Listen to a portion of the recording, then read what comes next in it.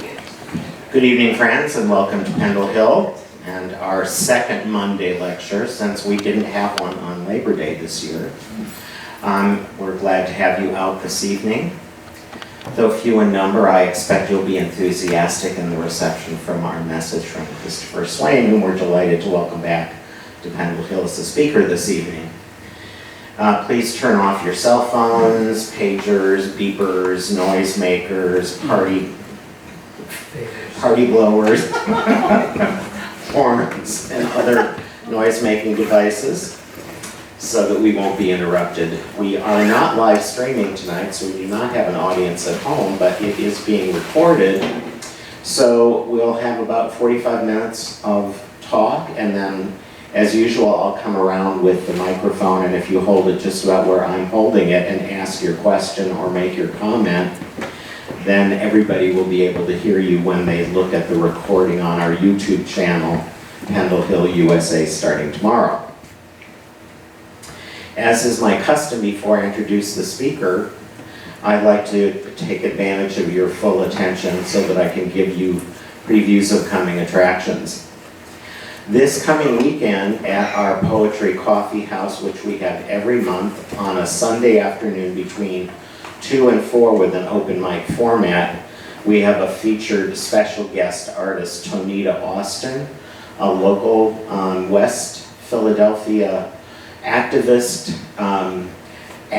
actor, singer, and poet, reading from her book of poetry, Tony's Room. And I think a black feminist on lots to say, so come and hear her and bring your own poetry to share. 2 to 4 in the art studio. Next month, we will be back to our first Monday of the month, which falls on October 7th. We'll be featuring a panel of local area activists who are presenting on the topic Hope at the Intersection of Climate, Race, Justice, and Democracy. All those people who are working in various aspects of a movement have definitely come together to see how much intersection there is among those various issues and are pulling together. The Green New Deal is one example of how jobs and justice, workers, and democracy and sociocracy all fit together. So Pamela Haynes has pulled together a panel. It's going to discuss, among other things, the Green New Deal, the Sunrise Movement, and public banking. That will be Monday, October 7th, 7:30 to 9 in the same old place right here.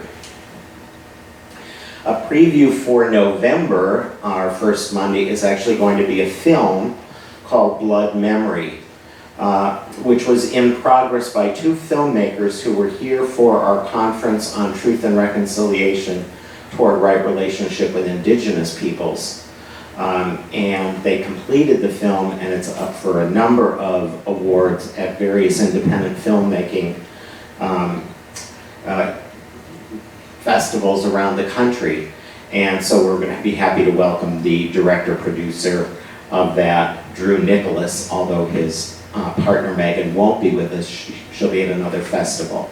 But showing of this film, it's very powerful. I saw it last year in complete form for the first time at a debut, and it's a very powerful film about the homecoming of a Native woman who was taken at a very early age and put up for adoption, taken away from her tribe and her family, and put with a white family in suburban area away from her tribe, and how she comes to reunite with her people, discover who she is, and it's a very important piece of how we've continued to do assimilation as a means of genocide in our country through adoption, or the Indian boarding school movement, as many of you know. So a very important work, and I hope you'll be there for that. That's going to begin a little early because the film is longer, so we'll start at 7:15 on November 4th, but you'll have a chance to hear about that later. Tonight I'm going to introduce Christopher to you, and then we're going to settle into a period of silence, and Christopher will speak and deliver his message out of the silence.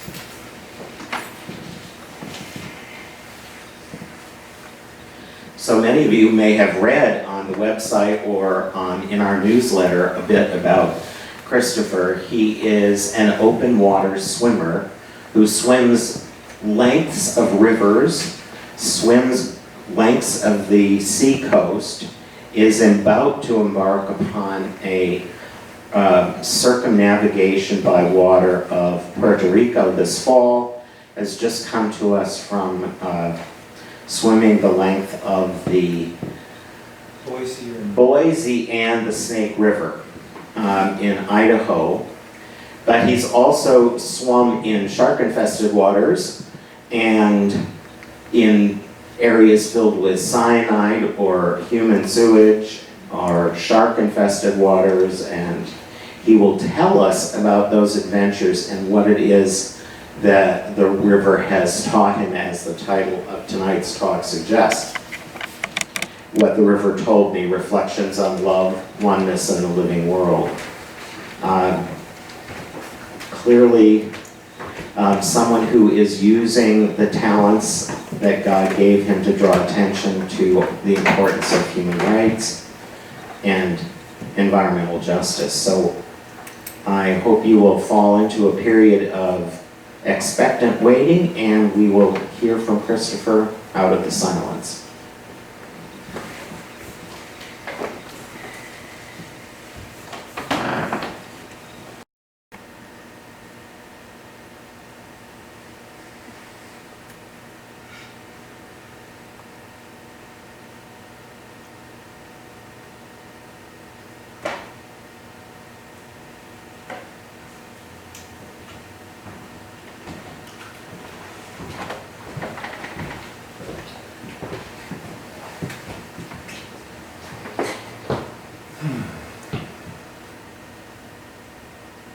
Well, thank you all for coming out tonight. And the first time I came to Pendle Hill, I'm not sure I ever thought I would be speaking here, but it definitely came to feel like a place that felt like home in some ways. And I'm sure a lot of people stand up here and say that, but it's nice to have a chance to offer something of myself and a glimpse in a place and to a group of people that I feel like have offered me a lot. So thank you to the Pendle Hill folks who've welcomed me and helped me along the way doing this work. It's meant a lot to me. So what I think I'm going to do tonight, and that could be different from what I actually do, what I think I'm going to do is give you a whirlwind tour of what it's like to be a guy who swims for clean water and human rights. And it might seem like I'm moving quickly through some of it, and that's because I'm trying to get to other places. So as you might imagine, I can give all different kinds of talks to all different audiences, and the temptation in this space for me is to touch on the things that I've done and what it looks like, but to spend more time with the effect that those experiences had on me and the directions that sent me in and what it felt like as a journey. So I'm holding space for that and whatever else might come through. So that's where I'm starting anyway. And of course at the end there'll be questions. You're no doubt going to have questions. As my sister Amanda says, it'll take a team of shrinks to figure out why I do what I do. If that's one of your questions, you could know right now, I don't have that answer. Maybe you'll have something of an answer at the end of this talk. All right. So, on with it. It's important to say up front that I had no idea that this is the direction that my life would go. If you'd come to me in 5th grade and said, you know, what do you think you're going to do? Like all the other boys, I'm like, I don't know, fireman, like whatever. Yeah, I don't know. I did sit next to a woman, girl then, Claudia, who drew horses on everything. And she told everybody, I'm going to be a large animal veterinarian. Of course, we were like, what's a large animal veterinarian? And I'm going to have a horse farm. And she did both of those things. but I'm not one of those folks. I didn't know. And I always feel, especially with younger audiences, it's important to say that this might look like a career to some people, but never started out that way. I never would have thought that this would happen. I was never on a swim team. I never swam competitively. No one in my family had anything to do with human rights or clean water. I was supposed to be a lawyer, supposed to go to Yale, go to law school, do what all the other guys in the family did.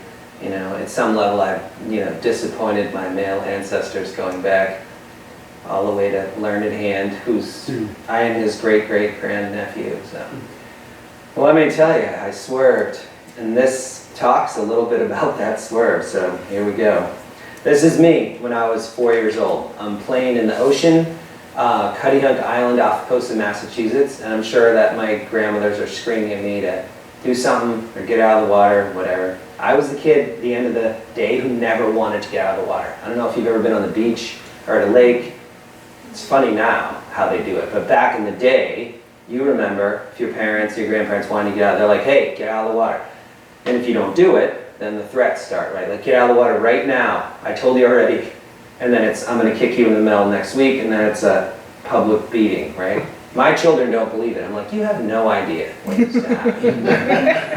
They're like, Dad, there's no way people hit their kids on the beach. I'm like, there were no people that didn't hit their kids on the beach. That's what people did. It's impossible for them to imagine. So I'm not advocating violence. I'm just saying. I was a kid who really loved the water, and so I was, routinely threatened at the end of the day because I didn't want to get out. Also, I was blissfully unaware of large predator sharks and, thanks Jaws, but that came later, right? And pollution, industrial toxins, all these things, I didn't know. And it was great. I have these wonderful sunlit childhood memories of the sun dappling the sand, on the underwater, and swimming back and forth in my crappy little snorkel and mask that always leaked, and looking for pirate treasure, and you get the same snorkel gear for Christmas every year, and it never works for more than a day. But I didn't give up. I was looking for the treasure. I now recognize that my parents and grandparents are trying to tire me out, like, get out there, keep looking, maybe you'll find it. Back and forth all day. Some of my best memories of being with my cousins, my sisters, are all being in the water, just playing in the water. So I was a kid who loved the water. And I had no idea that would sort of morph into a lifetime mission, but I guess it did. And we'll maybe account for some of that today. So flash forward from whatever we're looking at here, 1972, 22 years to 1994, when I stumbled upon this document. Always bad when you're a 20-something and you stumble on a document like this. So, of course, my first reaction after reading this, which I recommend you all read it, it's a quick read, won't take you very long, it'll be done in 5 minutes. My first reaction was, I've been robbed. Someone should have shown this to me. I'm going to find the person who withheld this document from me, and I'm going to violate their human rights. That was sort of my first reaction, like a 20-something, right?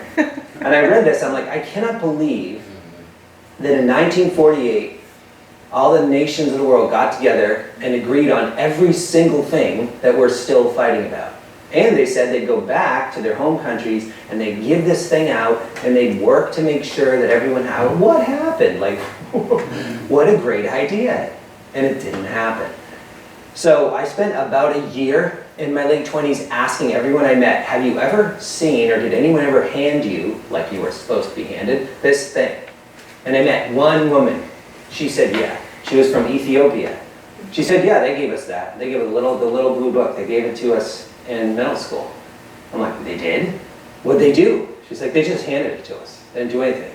I'm like, they didn't teach you? Nope, just handed it around. I'm like, wow. So Ethiopia, they went home and gave it out. That sounds like they tried. But I never saw this thing. So I read it. And then, like a 20-something, and maybe this is a fun thing to do at any age, I decided that it was my job to help distribute this document to the people of my home state. I was living in Massachusetts at the time, and somehow I went from reading this to deciding that I was going to walk in this sort of swooping curve across Massachusetts from Great Barrington to Gloucester and give out 10,000 copies of the Universal Declaration of Human Rights, which was not copyrighted because they were hoping it would be distributed. So somehow that led me into trying to locate a torch that I could light, so I'd have a flaming torch. I had a way to attract attention, but also sort of invoke this eternal flame thing that seemed like the right imagery, and do it. So I did. I walked my way across the state. I don't need photos from that time, and it's pre-internet, so I can't go get them, but I did this walk. And lots of interesting things happened. I'm not here to talk about all of those. One of the things that happened, in addition to the fact that I was routinely interviewed by the police and fire departments in all the towns along the way, and I figured out that central Massachusetts, there weren't really any people, but there were farms and horses and stuff. So horses would sort of walk along the fence next to me, so I felt less lonely. And all these people would say horses are afraid of fire. Maybe, but they're not afraid of a flaming Olympic torch, and they're willing to listen about human rights. So polite as a group. I was really impressed. So, yeah, the outreach was rough in Central Mass. Once I got to Eastern Mass, Boston, Cambridge, the rest of it, everyone thought it was an Olympic torch relay. So people came running out of their houses and out of their place of business, and the police would have to like clear the streets. And they were upset, but the great thing was, because all these people were running toward us, we just could give out these things, and they would grab it. They thought it was to do with the Olympics, right? So we were gone before they realized that they just got this weird academic document about human rights. But no trouble giving all these away. It was one of the hottest summers in the history of the state, and I had the experience of walking on the pavement when it was melting and mushy. That was the first time I saw, looking down a long, rural state highway like that thing where you think there's a lake. I mean, I knew it wasn't a lake, I knew it was a mirage, but I kind of wanted it to be a lake. And I remember thinking things like, wow, this is like one of the stupidest ideas you've ever had, to walk in the hot sun on the road in the summer with a flame above your head. This is really the dumbest thing. And I thought, I wonder, it's a mirage, but I could be hallucinating, it could be the beginning of heat stroke. So I started developing this, which seemed funny to me at the time, this idea that this had been a mistake, and I should have done a swim because I could have managed the heat better. Well, that winter, I somehow ended up at the YMCA and asked the master swim coach if they could teach me to swim, because my next idea was, so it started as a joke, but in the summer of 1996, I decided that I'd swim 200 miles down the lower Connecticut River, so I'd go through Vermont, New Hampshire, Connecticut, Mass, and I'd give out the Declaration. Well, swimming, as a method of giving out pieces of paper, Has limitations. it never even occurred to me.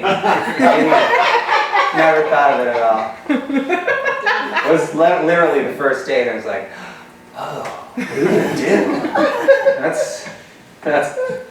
So we put some in the escort boat in a dry bag and stuff, but it honestly had never occurred to me. So that was I thought, I might not be off to a good start with that. One thing that happened though was that the river was very polluted back then. Connecticut River is doing better now.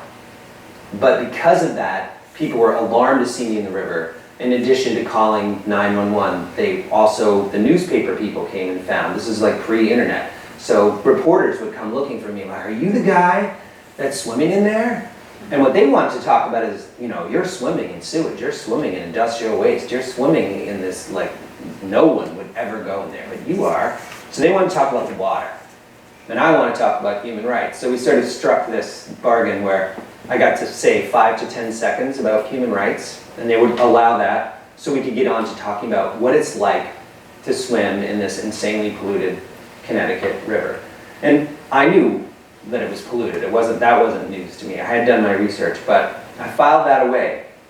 That if one were looking to start a conversation about polluted water, you could swim in the polluted water, and that conversation would get started for you. I was irritated at the time because I want to talk about human rights, but I filed this information away.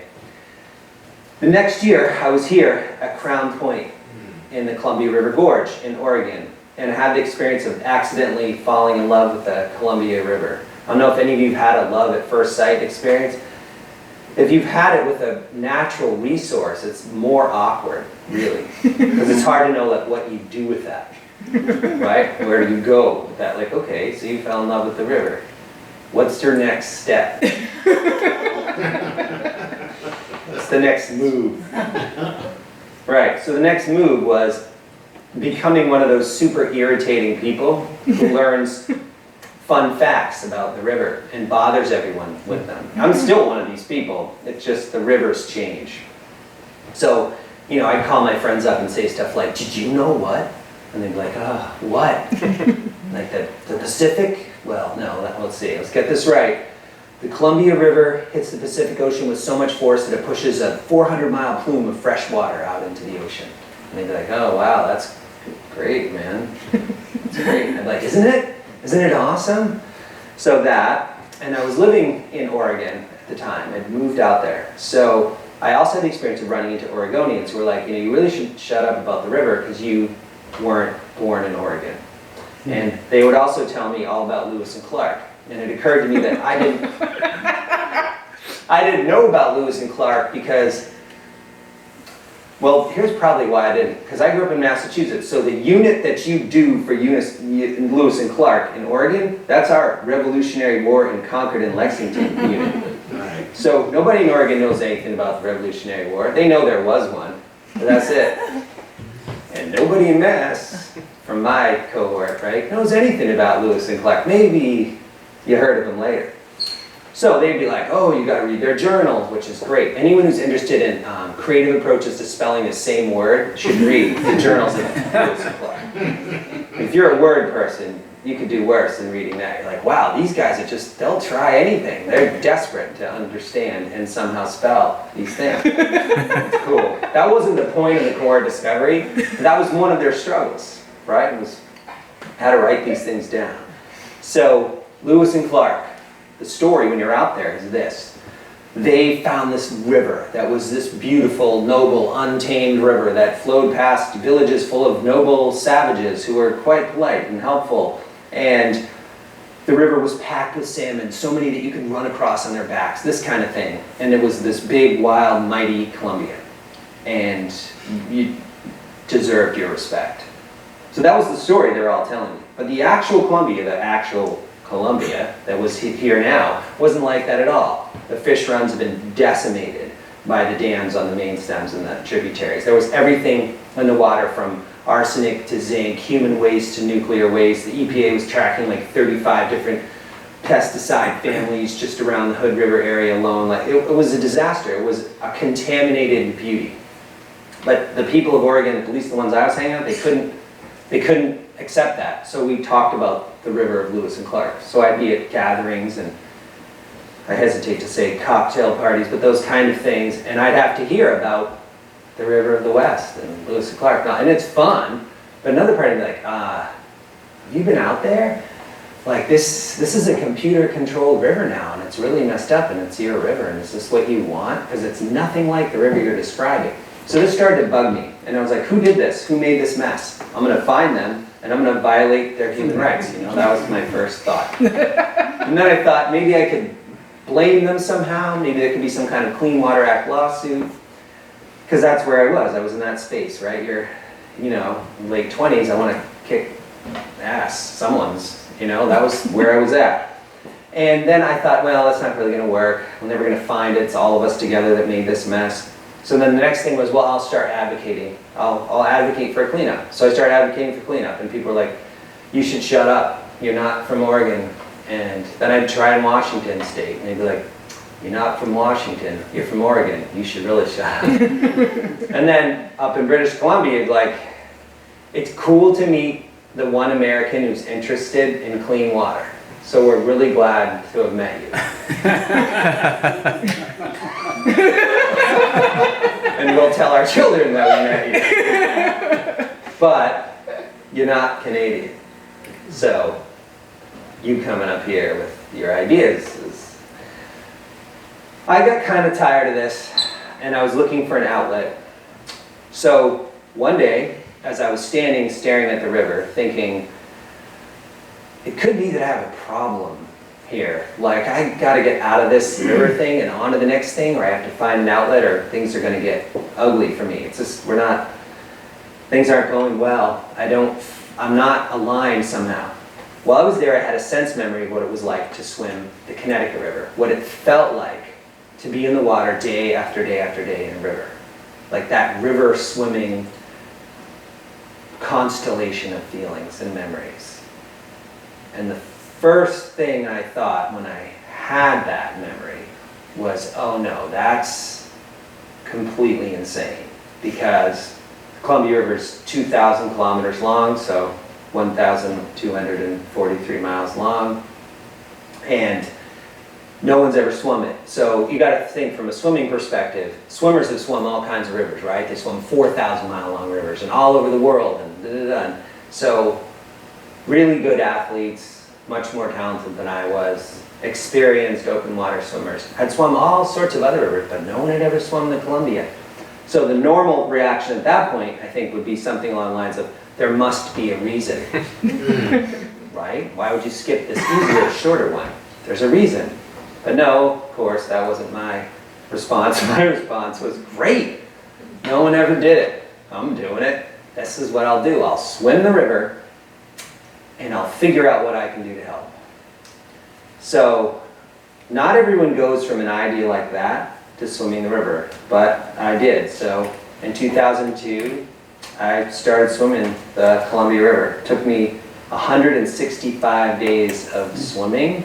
I had to take time off, to see the family, to work, to make money, all kinds of things. It turned my life absolutely upside down. But if you were looking for an inflection point of when things started to get rolling downhill too fast and it began to look like a career, but really wasn't, it was just some thing rolling downhill too fast, then this would be the swim where it happened. So lots of things did happen. I'm not going to go into all of them, but a few things were interesting. One thing was some of the NGOs at the UN found out that I was doing the swim, because along the way I realized there were lots of issues, but there were two clusters of issues that were fascinating to me. One was all the disruption to the ecosystem and to the environment from human interventions. And for what it's worth, even though you all know this, it's always fun to say, human beings have never once intervened in a complex ecosystem and had it work. We've never once successfully managed a complex ecosystem. It's the one thing we for sure can't do. So as soon as we get involved in one, things go wrong. So lots of things went wrong. We don't need to go into all of them. You all know the things that go wrong. The other cluster of issues was around dislocated people. So some of those people were First Nations people, Indigenous people, Native Americans, and then on the Canadian side, First Nations people. They don't so much recognize the border around there because those tribes were moving. Another group of dislocated people were people of European extraction who had been, some of whom, farming and living along fertile bottomlands along the river before the dams came. But it turns out no matter who you are and what your story is, if BC Hydro or the Bureau of Reclamation rolls in and burns your town to the ground and gives you $300 and moves you up the hill, you're upset, right? And your sense of dislocation is palpable. So I was telling the stories of dislocated people and disrupted ecosystems. So I ended up at the UN, and they said, hey, come talk at the Peace Bell ceremony. Why don't you do a little swim in the East River in New York?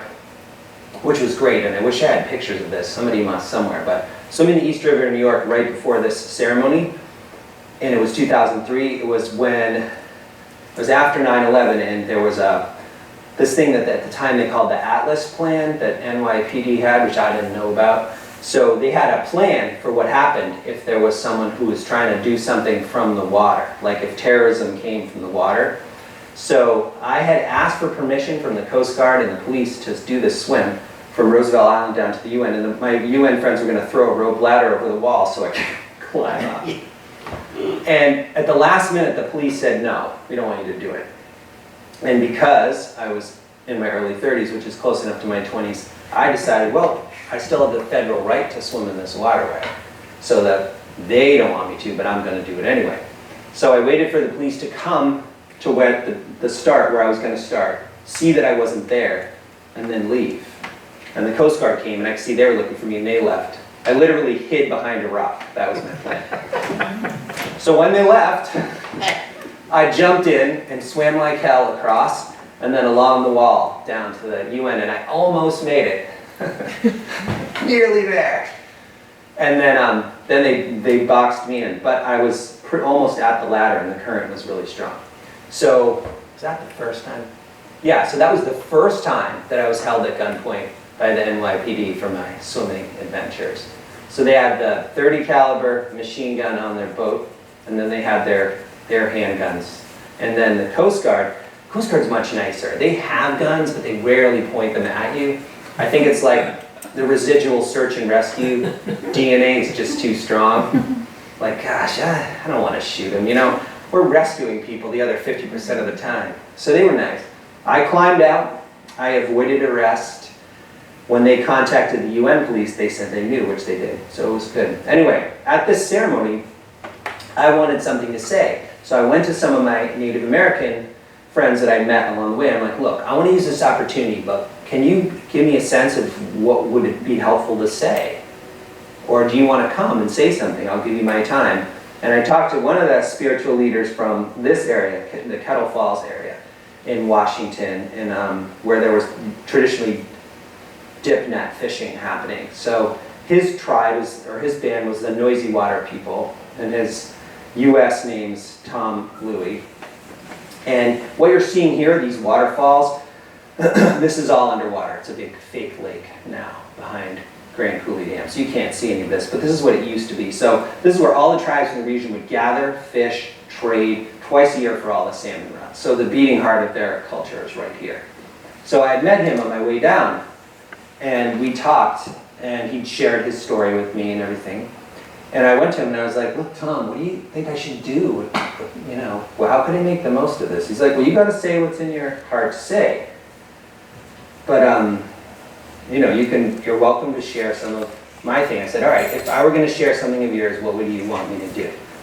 And he's like, you really want me to tell you what to do? And I was like, no, yeah, sure, I guess.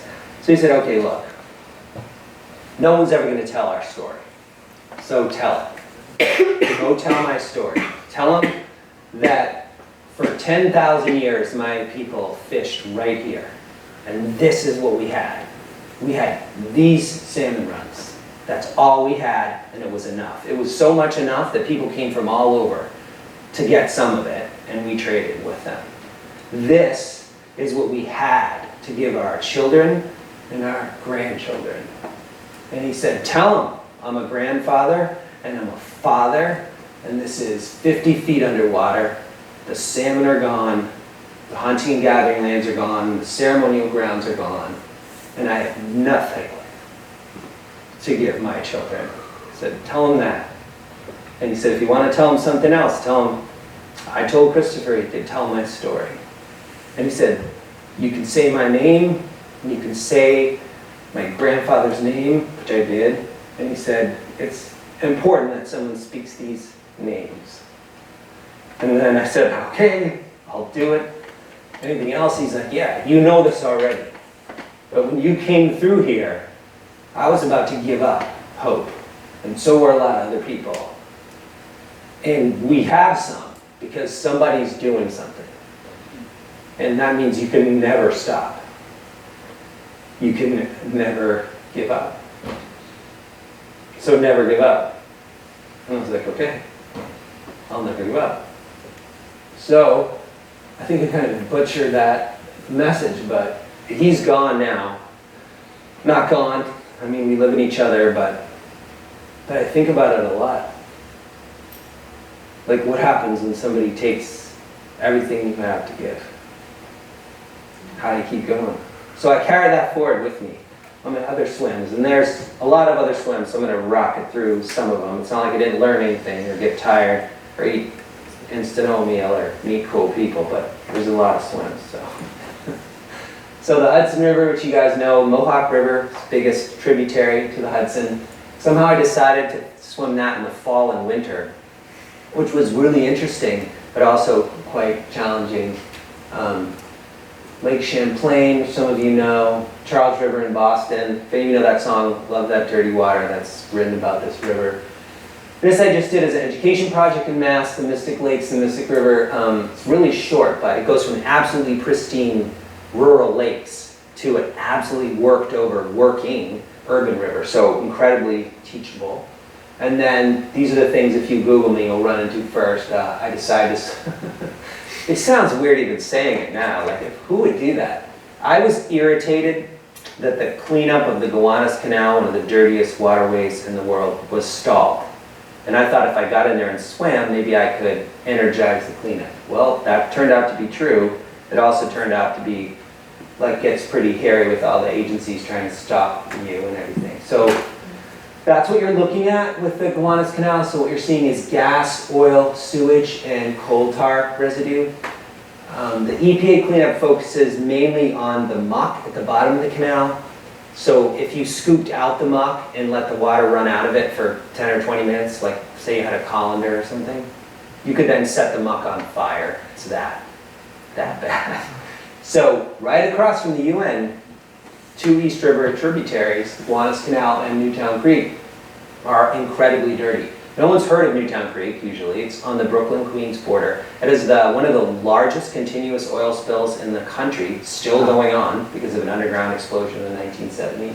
It also has a massive sewage problem. Every toilet in lower Manhattan that flushes goes into pipes that go under the East River and go over to Whale Creek to a sewage treatment plant, which can't handle the volume as soon as it starts raining. So if a 1/16 of an inch of rain falls in Brooklyn or Manhattan, it overwhelms the whole system, and millions of gallons per minute of raw sewage, because this is a lot of people, right, are flying into Whale Creek and then into Newtown Creek in the East River.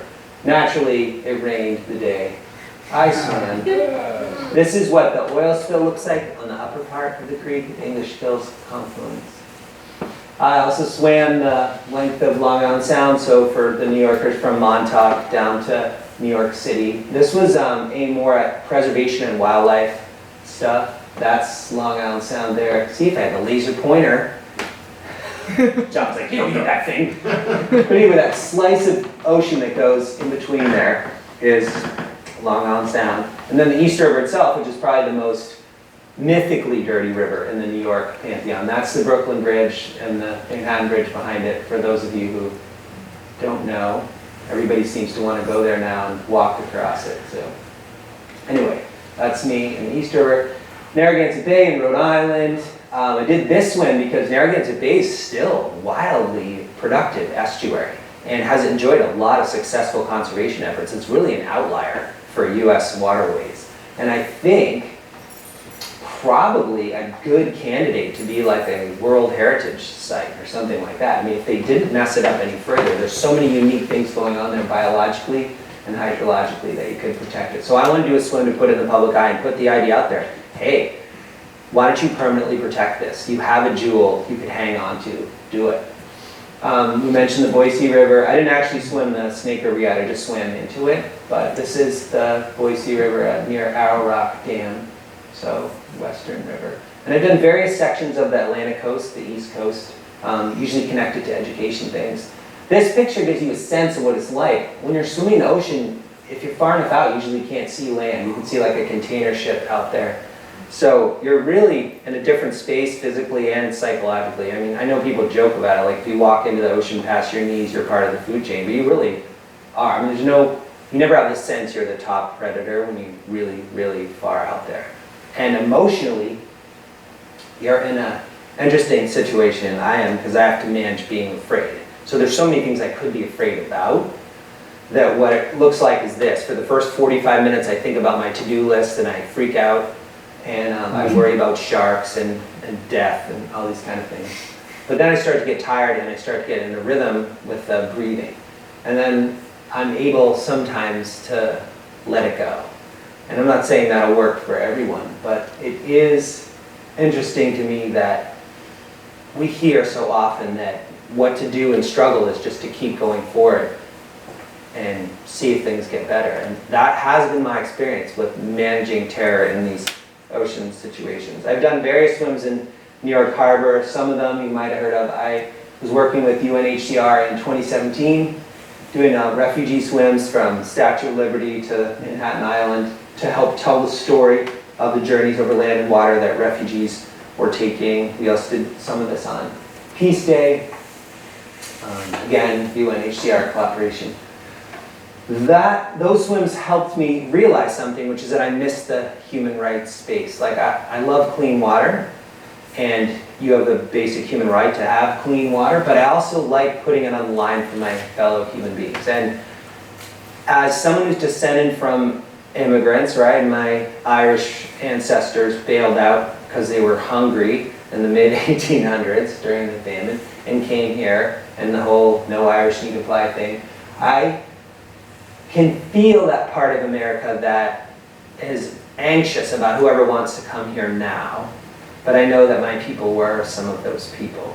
And I also believe that America is strong enough to open its arms to the world and welcome anyone. That's one way we could go.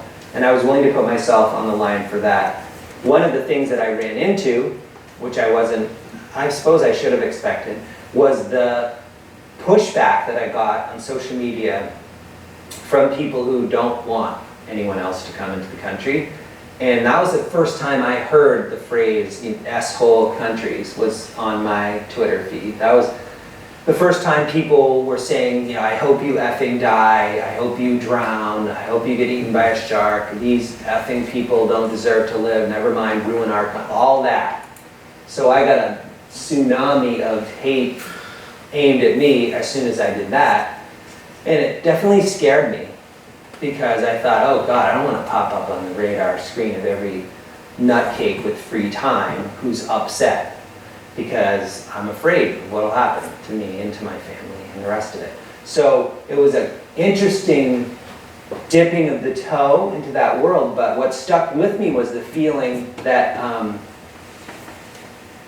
that I would now describe as the feeling of, I know I was standing up for something that I felt strongly about, and I know it was important for me to push through the fear. And I know that's what I wish people did, but at the time it was just an intellectual proposition because I was freaked out. I can't stand here and honestly say I was so solid in myself that even though I was afraid, I'd push for it.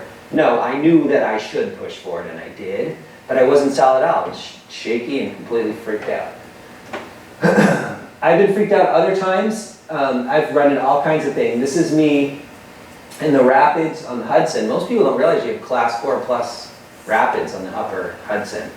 Most people don't swim head first into rapids either. So if your friends are rafting guides and whatnot, they'll be like, oh yes, 25 years of experience on the river, but not in it. So I'm one of the few people in the world who's actually in the river, swimming through the rapids, not like got flipped out of my raft or fell out of my kayak or who knows what, got slipped and fell in. I'm in there. So one of the things that I have to do is make really, really quick decisions and also figure out how to protect my body. So I'm gonna, in an eastern river, I'm gonna bash into tons of rocks, like 80 million rocks an hour, right? Because there's not a lot of water. So you have to figure out how to basically build your own body armor that can float. So you can see I'm wearing a helmet and a PFD. What you can't see is that I've duct taped soccer shin pads to my legs and street hockey knee pads, the hard plastic ones, and put them on with duct tape too. And that by the end, I had black street hockey knee pads and the rivets in them were painted black. At the end of 2 days in the rapids, all the black paint was scraped off the rivets so that they were silver again. And then I was loading up on the ibuprofen from the pounding. So rapids are preferable to log jams. So if you swim up on this and then you hit it wrong, you wouldn't want to hit it. So if you're going to swim up on a strainer or a log jam, try to throw yourself up on it. Because if you don't, what's going to happen is you're going to have thousands of gallons of water, 8 pounds a gallon, shoving you underneath that, and you're going to find yourself underwater in an upside down dark forest trying to figure out how to get out. And so I train for that, right? I'll do all kinds of exercises in the pool, like go underwater in the shallow end, hold my breath for a minute, and then swim down and back. Things like this, designed to give you the capacity to survive and figure things out. And I talk to my friends in the Coast Guard and my some of the guys who crewed for me have been in the Navy and stuff about like the exercises they do for drown proofing, so I have a pretty good sense of how to train for these things. But my best advice to you, if you think you're drowning, if you think you're dying, is don't waste a lot of time thinking that you're going to die. So what I would suggest to you, and this will sound odd, but it works, and I've been in these situations several times. Just be like, okay, yes, I can totally die, right? I could drown. Then put that to the side and get to work.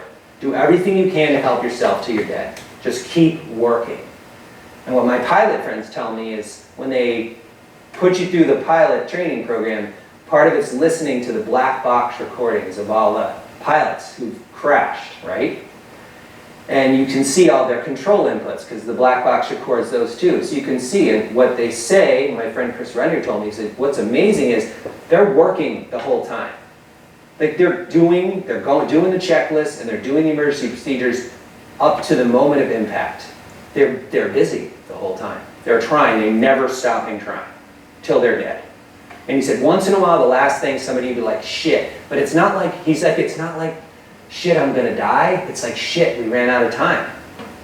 Just ran out of time. So, if you're dying, put that aside and work at it. See if you can get yourself out. So I've been stung by jellyfish. I've been attacked by blood-sucking lamprey eels. So this is what they'll do to a fish, right? And then this is their mouth. So they'll use their sandpaper tongue and these little teeth to scrape your skin away to get at your blood and body fluids. So then you have to pull them out and throw them. If you just pull them off, they're super aggressive and they'll come back. I don't know how many of you have been interacted with predators, but most things that you fight with will go away for a while. These guys won't. You know, you punch a shark, it'll go away for a little while. So, not lamprey eels. So anyway, sharks, I've swum through a lot of shark habitat. Sometimes in schools it's super fun to show the great white shark habitat map because it's the entire, east coast of the US and Canada. So the kids, everybody's family, someone has been like, oh, don't worry, there's no sharks here, it's too cold, or the sharks don't like Maine, they never come here, or whatever. So it's always fun to burst those bubbles. And weirdly, even kindergarteners know the distinctive triangular fin of the great white. I don't know why they know that, but this is certainly the most recognizable thing. So I'm sort of sympathetic for sharks. I spend a lot of energy and time advocating for the anti-shark finning legislation. There's a lot of money in shark fins. You can cut off the shark fins, throw the shark back, let it bleed to death, drown and die, and then sell the fins. Depending on the fins and what country you're in and what kind of illegal network you have, you can get $50,000 for a whale shark dorsal fin. So there's a whole world of shark finning. So I'm sympathetic, but I'm scared too. So one of the courage practices that you can do if you want is swimming in the ocean in great white shark habitat at dawn or dusk where there's a lot of seals, and you can practice like seeing what comes up in your body. I'm not recommending this, but I've been in those situations, and what's interesting to me about them is that you can feel when predators are near you. You can feel when sharks are near you. I don't mean feel like in the water, feel in your body. And if you read accounts of people who've been attacked by sharks, nearly all of them say that they had some feeling in their body or in their nervous system before it happened. They couldn't identify what the alarm feeling was connected to, but they sure could after, right? Oh, I guess that's because I was about to get attacked by a shark. But something happens, and you can feel it. You have something going on in your brain nervous system that knows, and almost everyone had it. They just didn't know what it was, or they couldn't get out of the water. So I've gotten out of the water then and photographed sharks that turned out to be there. So if you get that feeling, the weird feeling in your body, something's wrong, you feel hunted, you feel something's near, get out of the water. Most of the things they hunt can't get out of the water or don't know to get out. But you do, and I'll burst one little bubble for you. So you know the story that sharks don't like how you taste? They don't care how you taste. So great white sharks kill you by exsanguination. They bleed you out. They're terrified of injury. So your best bet, if you get in an interaction with a great white or a tiger shark, would be to fight. When a great white comes in to make its final approach on you, if you're a prey, it's going to close its eyes. And it's going to close its eyes because it's afraid of hurting its eyes. Okay? So there's an opening for you right there. Now, unfortunately, closing its eyes doesn't make it any harder to hunt you because that whole nose cone is full of electrical sensing tissue, and it doesn't matter if they can see it all. Like your whole nervous system, every one of your muscles firing and your heart beating is lit up like some video game screen in their brain. They're going to have no problem finding you. And they're very electrically sensitive. Like they can sense your digital watch a half a mile away. So they know you're there and they know something's going on. They're not sure what you are. But what's going to happen if you get attacked is they're going to bite you and they're going to back off. And they're going to back off so you bleed to death, so you quit struggling, and then they're going to come back. So it's not that they didn't like the taste, it's that we're the first thing that gets out of the water after they're bitten once that they're used to dealing with.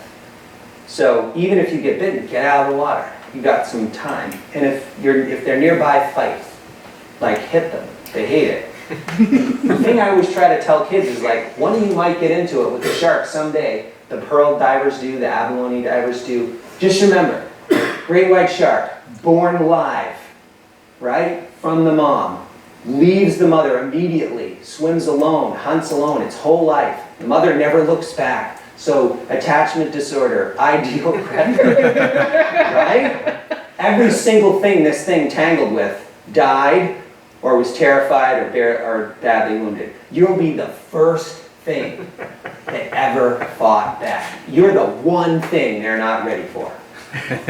You're going to get a few seconds from that. They're going to be like, what? That's never happened to me. Right. And that could save your life. So, on the 1 in 25 million chance that that's you. Because it is more likely to be killed by a vending machine. Right. Or by falling airplane parts. The vending machine thing, I would just say this. I have a lot of female friends, and I have 2 sisters and 2 daughters. I think that the 50 to 100 people every year that get killed by vending machines are men. When I think like, who's like, damn, it took my money, and they start shaking the thing, and it's like, yeah. It's not like, where's Susie? Oh, she went to get a Coke. No, it's, where's Joe? I don't know, he went to get a Coke. Joe's under the machine because it took his money, right? He shouldn't have been. So I'm not really here to talk about that. So one of the cool things about swimming in the winter is no drunken jet skiers, right? Get the place to yourself. So one of the things that I found that I really like about swimming open water is on my best days in the water, I feel like I'm connected to everything, that there's no separation between the river and me, right? And it's easier to have that feeling when you're not being interfered with from every side by crazy boaters and the rest of it. So some of my swims in the winter have been great this way. Like this looks like a miserable situation, the water's nearly freezing, and it's a blizzard and the rest of it. But some of these were some of the greatest days that I had out there in my, I struggle with this career word. Swimming in ice is tricky. As the water starts to ice up, some of the crystals are sharp, they'll poke into your skin or whatever, and then the feelings are confusing. We get a lot of peripheral information from water about where our body is, a lot of kinesthetic information, and some of that starts to get messed up as your nervous system starts to freeze. So it can be odd to swim there and not have a good sense of where your hands and your arms are. I've also swum in high winds and high waves. This is me in the Columbia River Gorge. So doing this 6 hours a day. You see him wearing fins in this picture to try to like stay oriented on the waves going down. So that big waves breaking over me every few seconds for 6 hours at a time. This is where I learned a really important thing that was useful to me later. I would bash into these waves and I would just try to power it out as much as I could. Like, I'm a man, I'm an athlete, I'm strong, I'm hard, I'm trained, I can smash through waves all the way to the Pacific Ocean, but you can't do that for hours and hours and hours.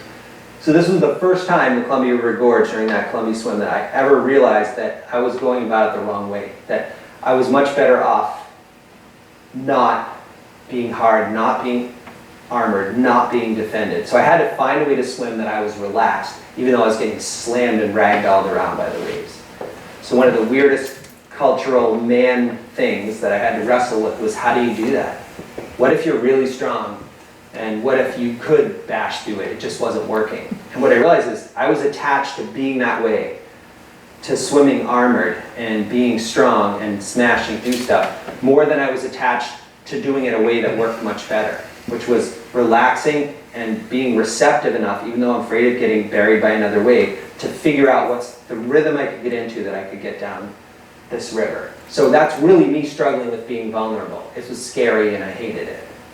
But I started working on it back in 2003, and it was because of days like this. This is what it looks like right before you get hit in the face by a big wave. I put this in because my older daughter years ago said, you know, you say you've been hit by all these waves, but you know, do you have any pictures that show what it's like right before you get hit? And I'm like, no. But then I thought, you know, I could take one for her. So the next time I was swimming in a storm, I took this picture. So this is what it looks like right before you get hit in the face by a wave. I've dodged all kinds of man-made stuff like container ships, swum through nuclear waste, PCBs, mining tailings, gas and oil slicks, weird industrial chemicals, stormwater runoff from cities. So this would be all the dog poop, leaves, gas, oil, copper, and asbestos dust from brake pads that's on the street of every city that goes down the storm drains when it rains or when the snow melts. Raw sewage. None of these things you set out to swim in, but you often end up in them. Fun fact about raw sewage, depending on how old it is, you might be able to still identify stuff like food smells. And that's disastrous if those were foods you like. So like I've had experiences swimming, realizing I was swimming in sewage and then smelling oranges. And then, so I can't eat oranges for 5 years after that. Or on the Hudson, nachos. And I was like, I really love nachos, but now I can't eat them because they remind me of that. So the thing about sewage is you know when you're in it. You'll know. It's bad. It's really bad.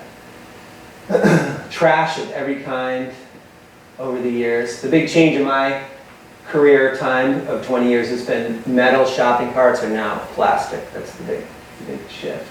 I like this. This is a picture I took underwater off the coast of Salem, Massachusetts. And I like the idea that they were installing non-slip mats on the bottom of the Atlantic Ocean so people wouldn't wipe out who were walking around. I thought that was good. These are mostly the fish I see. When my kids were little, they had watched Little Mermaid and this kind of thing, and like living in the magical Disney world. So especially the younger ones, so Lila, every time I came back from a swim, she'd be like, did you see any mermaids today? You know, did you see any dolphins? Did you see like, so in her mind, as soon as you're in the ocean, and certainly underwater, it's like it's all talking animals and mermaids and everything, and the place is packed. So that she thought there's something wrong with me, like my dad's a total moron. He hasn't seen a single whale or mermaid or dolphin or fish for days. Not even like a talking crab, nothing. Because mostly what you see is trash, and I'm spooking most of the big stuff. They don't know what I am, so they get out of the way. All kinds of trash. And we do clean some of it up, depending on the projects and stuff. Get more people to help or fewer people to help, or we get barges donated. So we've certainly pulled a lot out over the years. And I do water testing and position updates for kids who follow along. And we've been able to create, actually, on different projects, baseline science on all kinds of waterways where there was no science at all. Lots of little coastal waterways that no one had ever tested. And then that stuff's available to agencies to set policy. What's really cool is they set policy for waterways based on science. If there's no science and you went and did some, then they're going to set policy based on your science because there was no science. So even if you're not a scientist, which you can probably tell right away I'm not, it was great. I could do it. Lots of time with school kids. Sometimes we run afoul of different agencies, and sometimes we end up making friends with them. So we've had all kinds of things. I've had the fun of the EPA trying to keep me from swimming, like tweeting at me and then teasing them, you know, hey, if you have time, if you're a federal agency with time to just talk to me about not swimming in a waterway that you're supposed to clean up, maybe that time could be better spent on an actual cleanup. But I do love the letters that I get from EPA over the years. So thoughtful. So why am I doing all this? Like I said before, I'm trying to energize cleanups. I'm trying to shine a light, whether it's human rights or clean water. The point of it, in part, is to get that audience and do that. And you can see I've gotten all kinds of publicity over the years, and often I'm called brave or crazy or idiotic or whatever the heck it is. eventually I became curious about what was going on with me. So when Outside Magazine approached me several years ago and said, hey, we're doing a thing on a group of extreme athletes. We want to give you functional MRIs and we want to give you neurological tests and psychological tests and basically figure out what's wrong with you. I was, yeah, I'll do it. And I was curious to know what they would find. And they're like, well, we'll give you all the tests, but then we're going to interview you later. So we don't want any of the clinicians to know what you think. Meaning what you think you're doing, and what you think's going on with you. Just take the tests and then go from there. So this is excerpt from the article. Basically what they're saying is what I told them in the interview after, right? That I had that thing of feeling on my best days like I'm connected to the river. I don't know where the river stops and I start not. They're attributing that to the opioid cascade in my brain from swimming, which might be what it is, but I'm after that state of oneness, right? That's what I'm trying to get. That's different from sensation seeking. That's different from like the adrenaline guys. The adrenaline guys want to know what it feels like to throw themselves into a river in the winter. I think that's stupid and crazy. I would never want to know that. I'm willing to put up with that because I want to know what it feels like to be part of a river in the winter, right? And I'm impulsive enough that I'll do it, right? I'll find out. I know how to find out. I'll find out.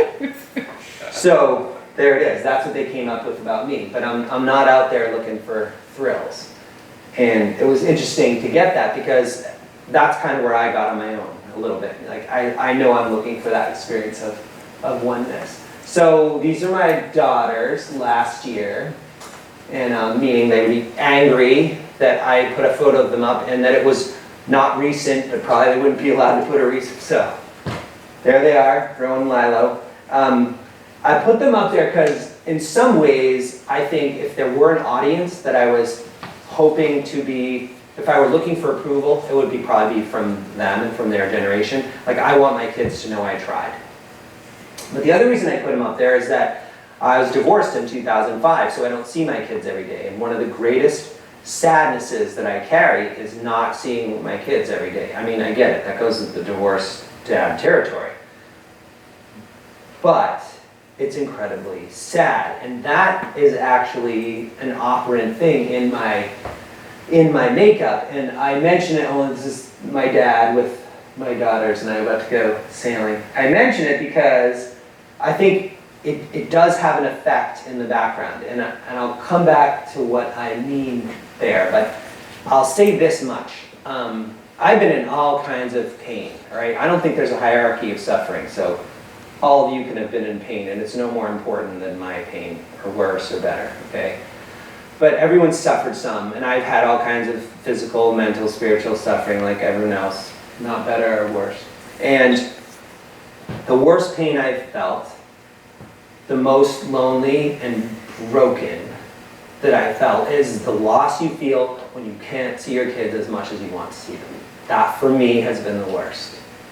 And I'm owning that because I think it fits in somewhere later for me. And I got to get through it pretty fast. So this was an inflection point for me. We talked about my upcoming Puerto Rico swim. So I was on track to do this Puerto Rico swim. And one evening in November, I was out looking at the sunset over Catano and the thunderstorm here, and I thought I saw this heat lightning in the edges of my vision, and I was like, what? That's weird. I saw lightning over there, but I don't think there's lightning in my peripheral vision in the city. And what turned out was happening, but I didn't know was happening, was that I'd just gotten a retinal tear. And earlier in the day, we think body surfing, getting slammed, but I don't know. And my little pieces of gel were pulling off the wallpaper on the back of my eye and causing like electrical sparks, which made me think I was seeing lightning. But I didn't know that at the time. I just thought, think of all the silly things that have happened to your eyes. Like you wake up and you see more floaters than yesterday, but then they're gone the next day. Or you have a weird headache and you see lights, but then they're gone. I'm like, it all goes away. So that's what I did. Then I started to have weird issues with my left eye. Like I started seeing lights like this. So I deliberately tried to take pictures to show what I was seeing so I could show the doctor or whatever. And if this happens, you need to go to the doctor. So then what happened was it looked like there were curtains that were closing in my left eye and I could only see a little bit. And I get it that I have two eyes, okay?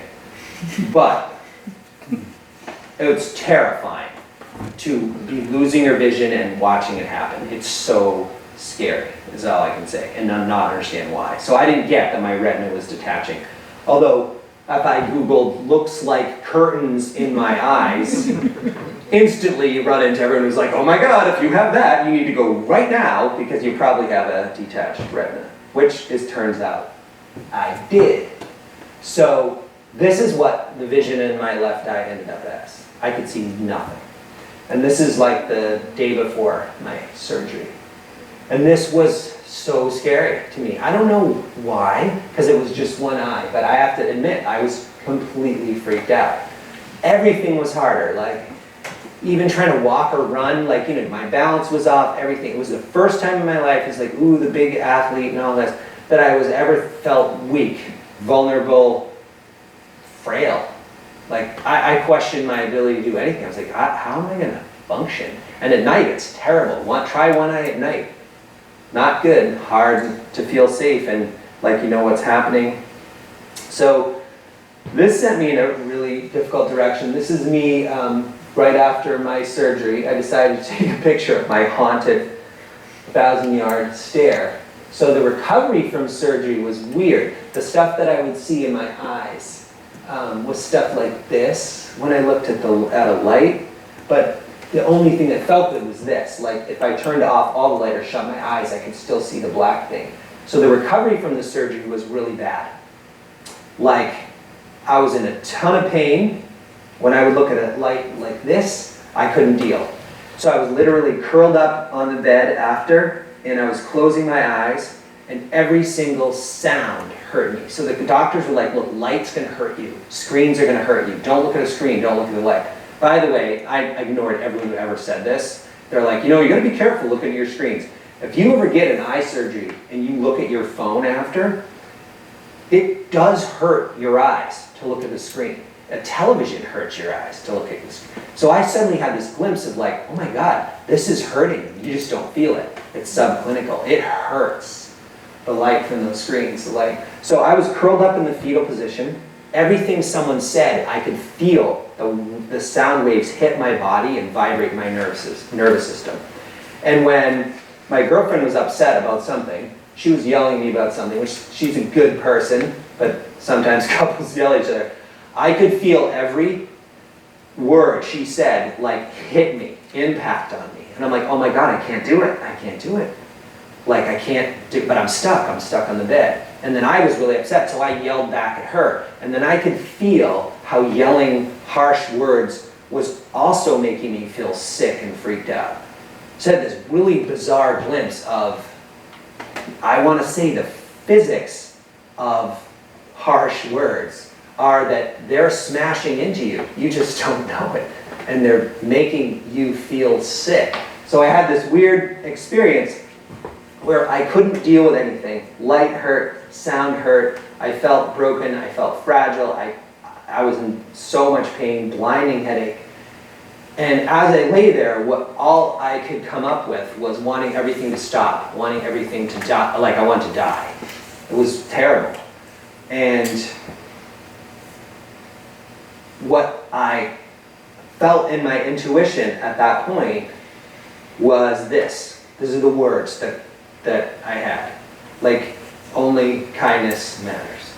Like the only thing vibrationally that I could tolerate when I was completely stripped down, broken, in so much pain, was anything kind. Like literally, someone even saying thank you would do something to me. I could feel it. I don't know, that's just where I went with it. And believe it or not, this shifted like my whole life and my whole world. This is what I was trying to talk about. So my recovery continued. This is what the sky looked like for a while. This is what cars looked like for a while, but it started to get sharper, right? Things eventually did. Eventually I could see normal things on the street, but then I realized something. If I wanted to carry this forward, if I wanted to be kind, to change my whole life and be kind, because I now realize that that was the only thing for me, that I was in trouble because I didn't know how to do it. I didn't know what kindness was, and I didn't have the qualities that I need to do it, and I wanted a way. And I know this might seem like a swerve, but as I was lying there in all that pain, I thought, I can't believe it. I have been through so much. I have been frozen. I've been smashed against rocks. All these things. I've dealt with like predators. I've been run over by boats. I've been hit by trees inside storm waves and telephone poles in waves in the ocean. Like all these things have happened, and I can't handle it. I can't handle this. Even with the drugs, I can't handle it. And I wanted a way out. I was afraid of that pain. And the only thing that didn't hurt was when someone was kind to me. And the only thing that didn't make me feel more sick was when I was. In other words, when I was arguing with my girlfriend and I yelled back at her, I felt worse. Like I felt physically worse. I felt sick, kind of. Like, in other words, I wanted to hurt her the way she's hurting me. I want to be mean to her like she's being to me, like we all do in a fight, right? And but it had an instant impact on me. And it was almost like I can't go on like this. I have to find a way to be kind. I suck at being kind. I don't know what it is, and I don't know how to do it. But I wanted to try. And I was in so much pain that I decided I'm going to try. But of course, because I'm lazy and scared, I wanted a shortcut. So I started doing a little research about that. So I remembered Rabbi Hillel and the pagan there. When the pagan came to him, so Rabbi Hillel, older contemporary of Jesus, right? Some pagan came up to him and was like, hey, I'll convert to Judaism. And he's like, great. He's like, but only if in the time I can balance on one leg, you can explain the entire Torah to me. If you can do that, for as long as I can balance on one leg, then I'll convert. He's like, great, I can do it, go for it. So he balanced on one leg, he's like, ready? Never do to anyone else something that you would find hateful if it were done to you. That's the Torah. Everything else is commentary. And I'm sure the guy was like, oh, damn it, I thought I had you, man. But who knows what he said. But I was like, okay, I remember that. So stop doing mean stuff. And that made sense to me, right? Don't hurt people. Don't hurt them because they're hurting you, which was everything I'd been taught to do, right? That's how you handle the bullies on the playground, everything. So I'm like, okay, that's part of it. And then I thought of the golden rule, obviously, Sunday school, all that, right? When I was little, like, yeah, do unto others, all that. And I thought about that. And I'm like, well, that makes sense to me energetically, I guess, to do that. And then I thought, why do I have an attitude problem about this? And I'm like, because it's hard. I think I have an attitude problem because it's hard. What they're asking you to do is hard. And then I started doing some reading, and then I read about Confucius, so this would be 500 years before Christ, probably. So one of Confucius's followers supposedly one day came to him and was like, you said a lot of stuff, okay? There's many things we could work on. Can you just pick one thing that we could all work on today? If we just worked on one of these things, what would it be? And he's like, sure, I'll give you one thing to do. Go out there and treat everyone the way you want to be treated. There, work on that. I'm sure they were disappointed with that. So I thought, okay, if all these major spiritual traditions have someone in it saying, yeah, you want a shortcut? Try this. Try treating everyone the way you want to be treated. Try never doing the mean stuff that people do to you back to them. You want a challenge? Try that. And I think that the stubborn athlete part of me responded to that. I was like, wait a second. There's probably 10 people who've ever done this. Right? And I'm never going to get to that level. I'm not going to be Jesus or Buddha. And I was like, think about Siddhartha, right? Buddha, right? Just gets nirvana. Everyone's like, okay, great, you attain nirvana. Just in case. What do you do after you attain nirvana? What are we supposed to do if we get there? Do you remember what he said? Go back to the marketplace and practice compassion with all living things. That's what he said to do. So I'm like, wait a minute. So then I went and read some more about compassion. I'm like, I've done such lame reading and I'm not a scholar. But I'm like, looked at the roots of the words and like, I bombed out of Greek in high school and I bombed out of Latin. But I'm like, compassio in Latin. And then I'm like, looking at all this stuff, I'm like, so compassion isn't what I thought. I'm just some idiot who thinks compassion means feeling sorry for other people. It doesn't. It means feeling with someone and suffering with someone. And then I remembered that interview that I read with Pope Francis. I'm not taking a position on Pope Francis, but I think it didn't hurt that he came up in the ghetto and helped the poor. Because someone said, well, should I give money to poor people on the street? And he's like, yeah, of course you should give money to poor people on the street, but don't just give them money. He's like, look in their eyes when you give them money. Touch them. So why would he say that? And now I was like, I know why.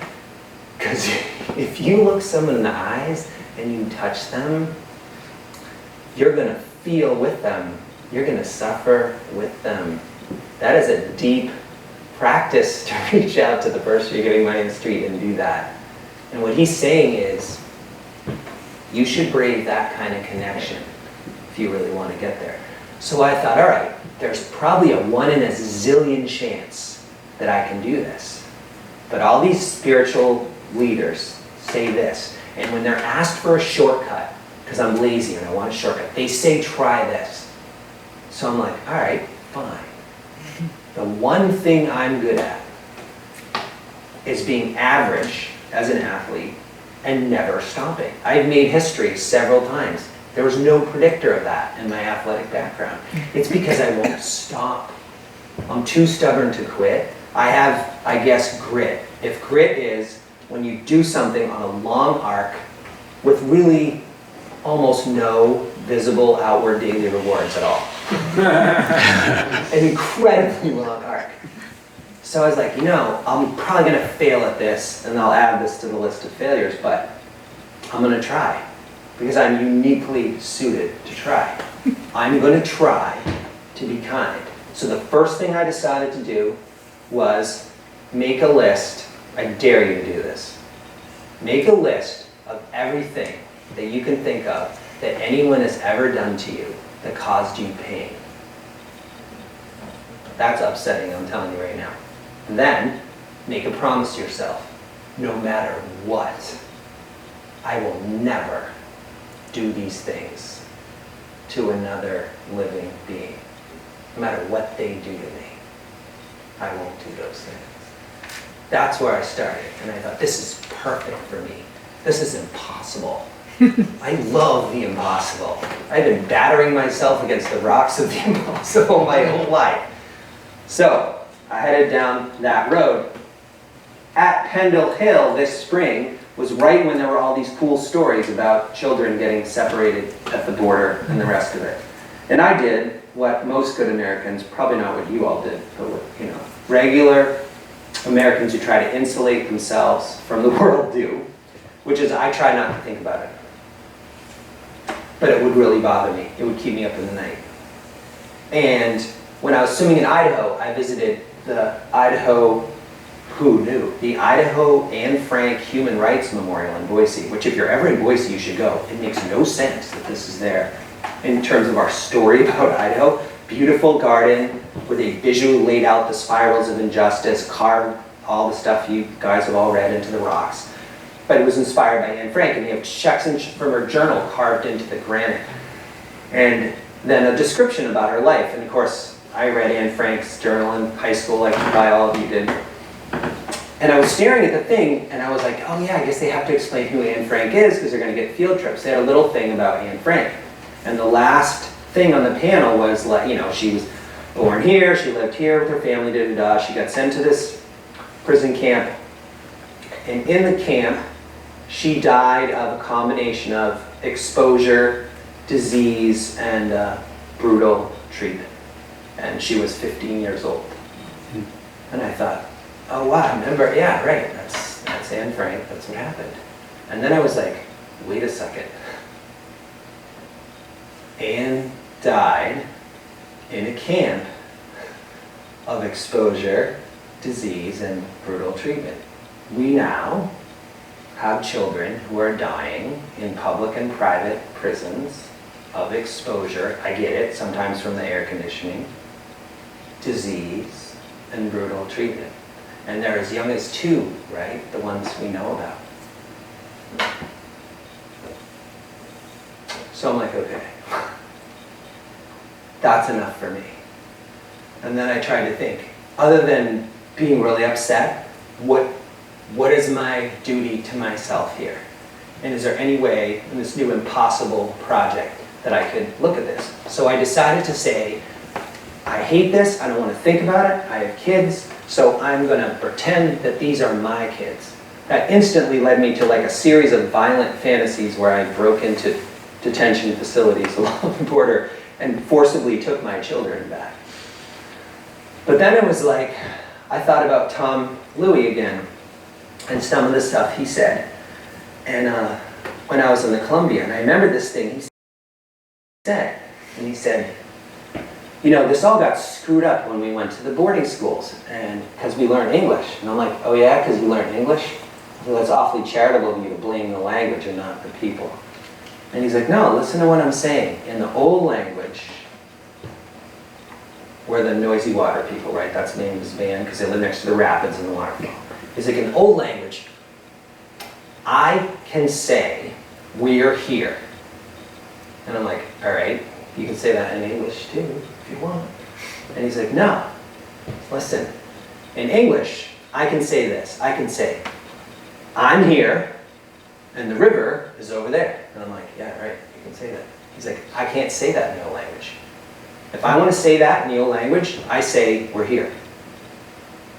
I'm like, what do you mean we're here? He's like, I mean we're here. Like, we're here and the river's here. We're part of the river. We don't have a language of separation. And then I was like, holy crap. So if you don't have the language of separation, you can't think the thought. Until he got dragged into an English-speaking boarding school, you can't even think you're separate from anything because you don't even have, there's no language for separate. And then I was like, okay. So I was telling Michael Gagne, sitting in the back row, probably like, I never should have introduced this dude to the people at Pendle Hill.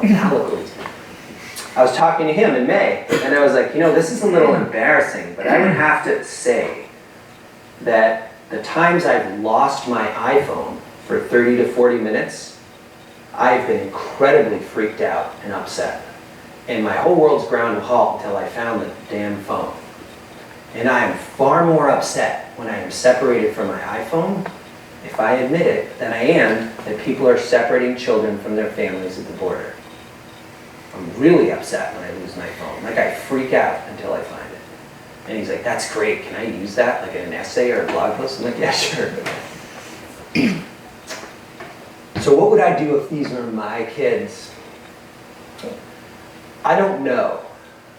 Because if they're your kids, if they're my kids, I might get crazy. But I do know that the first thing I do is I have to look clearly and say, like, this doesn't feel right to me, and this breaks my heart.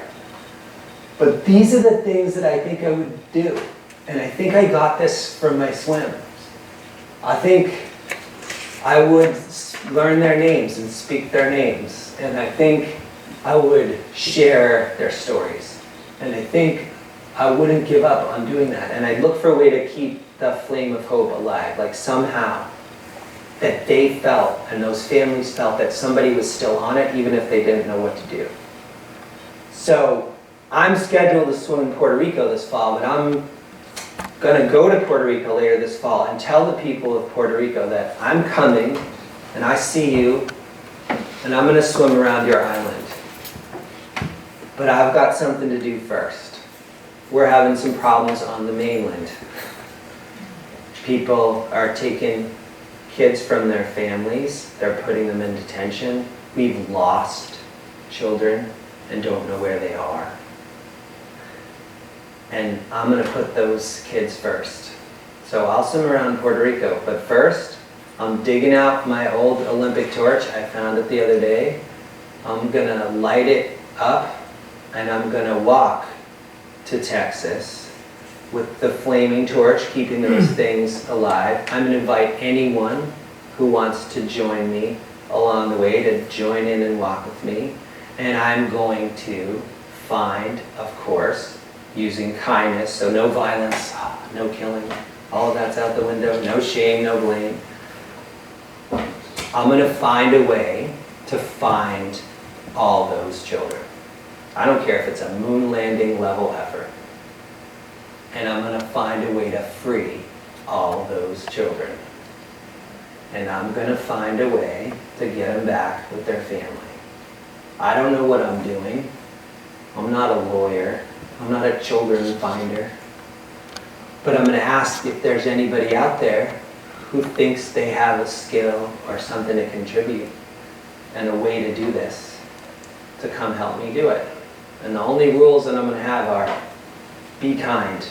We're going to treat everybody, CBP, the government, everybody, the way we want to be treated. We're not going to blame anybody. We're not going to shame anybody. We're just going to say, this is America.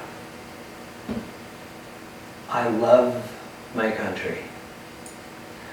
And we're pro-family. When I last heard, we're pro-child. That's what I remember everybody saying. So let's put the kids first. Let's put the politics to the side. And let's do what we all know we need to do, which is make this thing right. Because I don't think there's a single person in the country who feels totally okay about it. I could be wrong, but I think there's enough of them that don't. And who am I to stand up and say this? I'm a parent. And it breaks my heart to see it. And it breaks my heart that because those aren't my kids, I'm still standing here and not going down there to help. That it's taking me this long. And who else am I? I was a kid. Do you remember being a kid?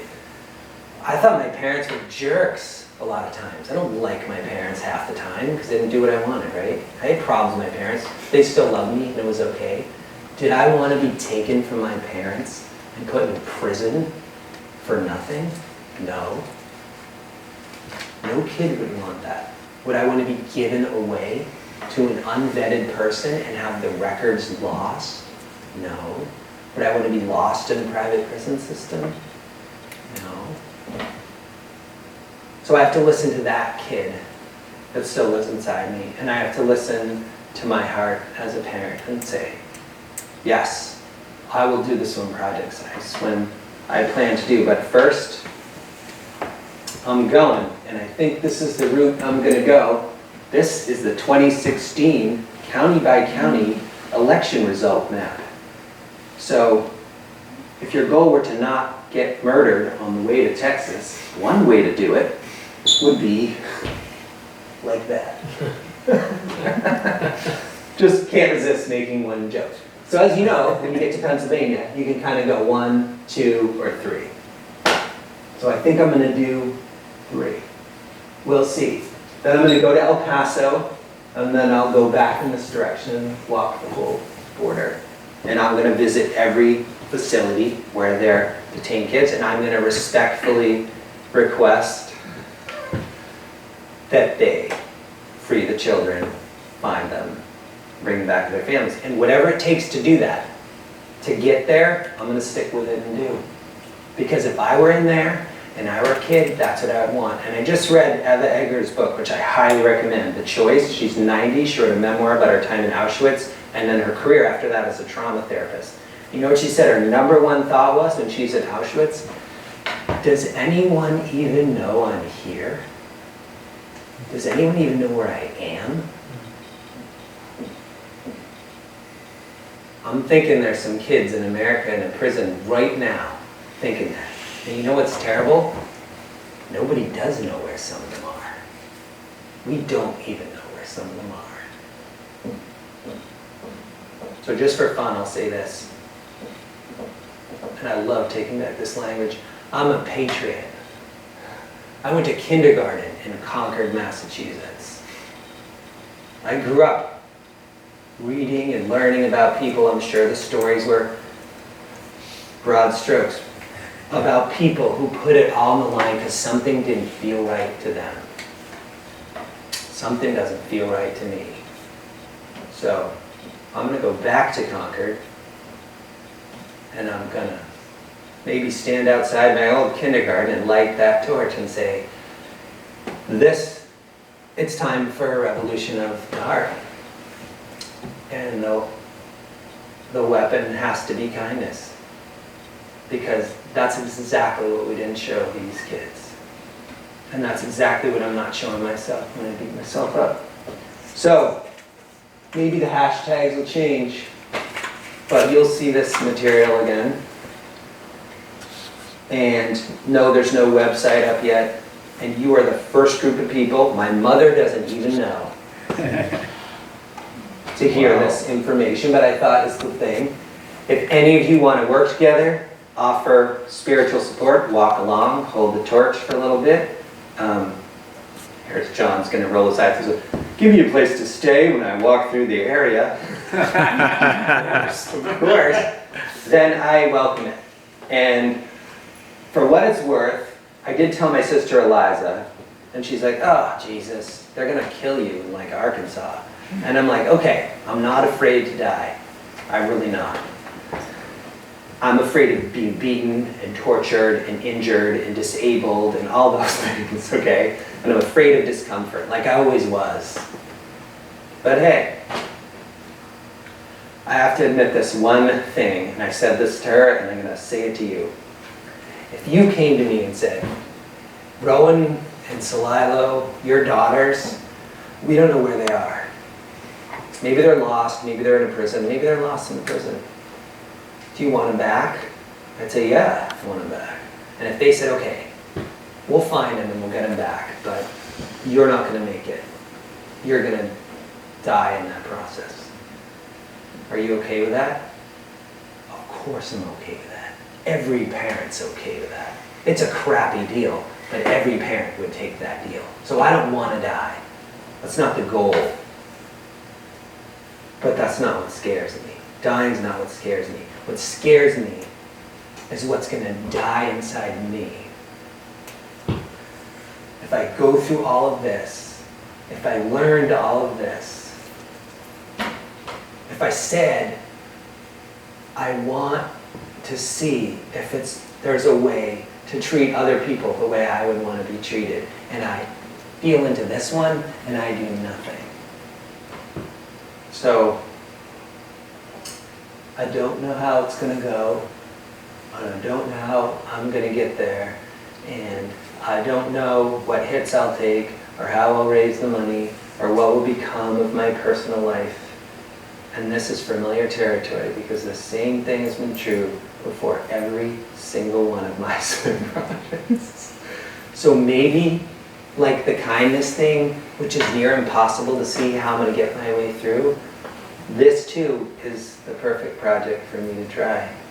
It'll be incredibly hard, probably. I don't know what I'm doing.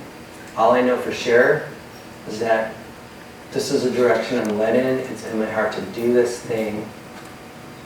And I made a promise that I would never give up. So thank you all for listening. I've gone over my time, but I'd be happy to answer any questions.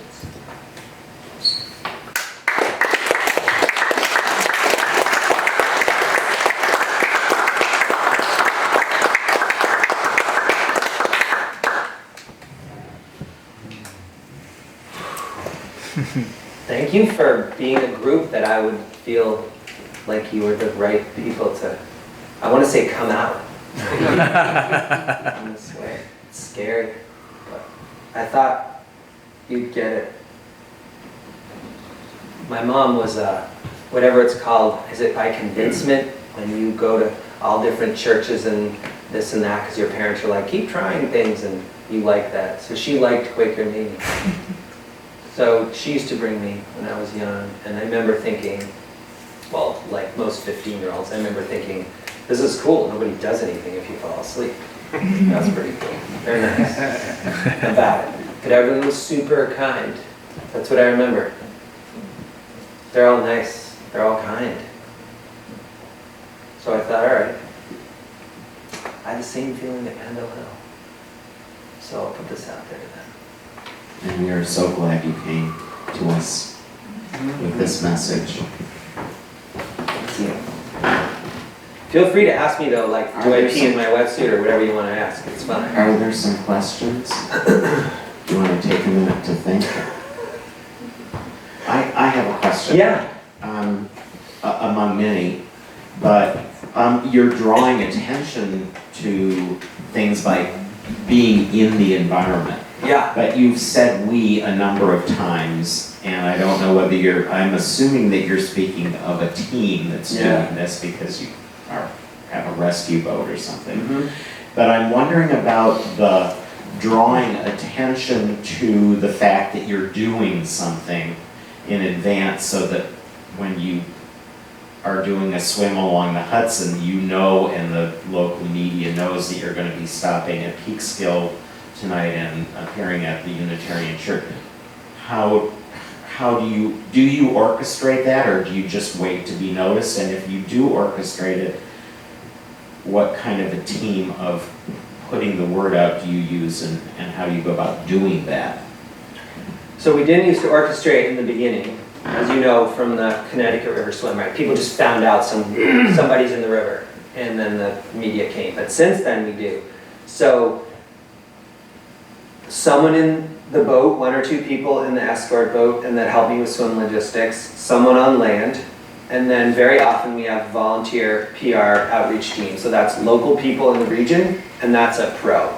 So a lot of times it's someone like Sue McGovern from McGovern Communications in Boston, like believes in the mission and she's willing to do the thing, and she does. So there's a, let's say, professional and amateur team, mostly volunteer, that wants to support the idea of putting a river or the waterway squarely in the public eye, shining a light in order typically to energize a cleanup, but if it's a human rights swim, in order to tell a story, raise awareness about a particular area that we're aiming at. So we definitely consciously orchestrate that now. And when I say we, some of that's out of guilt. Like, I've had so much volunteer help, so many homes that we've stayed in, so many people believe in what we are doing. And I think they're sympathetic. They can tell it's a low budget, heart-fueled operation. So I want to say there's too many people to thank is the other thing. So some people have gotten paid, like a lot of times my crew people, if we have enough money in the budget, will do stipends or whatever, try to figure out how everyone can get through it without falling behind on their bills or whatever. I'm not independently wealthy, so I have to cobble it together with speaking engagements, private coaching of athletes, school visits, sometimes there's school budget money, sometimes crowdfunding projects, sometimes there's a sponsorship. Like my Hudson swim was sponsored by Organic Valley Family Farms, so co-op of organic family farms. They had some family farms in the Hudson Valley, and then the trade was, can you use some of the land use examples, show how you could do good stewardship if you were an organic dairy farm, which was easy to do because they're doing good land stewardship. So yeah, that's the we there. And it's probably worth also saying, like, it would be super awkward if I pretended it was just me, if it were just me, because it's not. And my family probably takes a hit a little bit too. I think they worry about me. I think my mom worries, and my sisters worry. So, like, they want to know when I get out of the water at the end of the day. I don't know, have any of you ever had a job or done a thing where you think you're doing this and it's just you, but probably people close to you, their emotional energy is kind of tied up in there too. Like, yeah, you're doing it, but it's affecting. I think I'm that guy sometimes. You're that guy sometimes.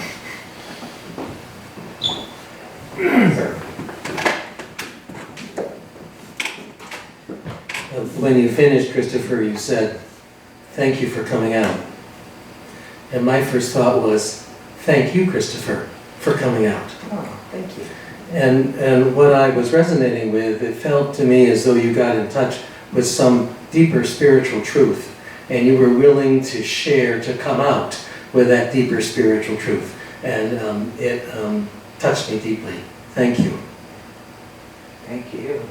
It's so scary and weird to try to do it because I don't feel articulate in that place.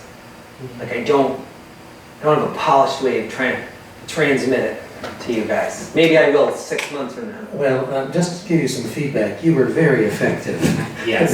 this evening. And whatever you do, whether you call it polished or not, it was extremely effective. So don't give up on it. Yeah. Okay, keep flopping around, that's okay. That's how I feel.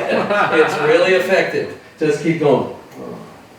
It's great to even feel like I'm not even trying to be effective. Like I thought what I want to be able to do, and I'm willing to, my story is I'm more willing to risk it with this, in this setting, is can I really be vulnerable? Can I try to tell the truth about where I'm at and with you all and expose myself as much as I can. Like that was the exercise.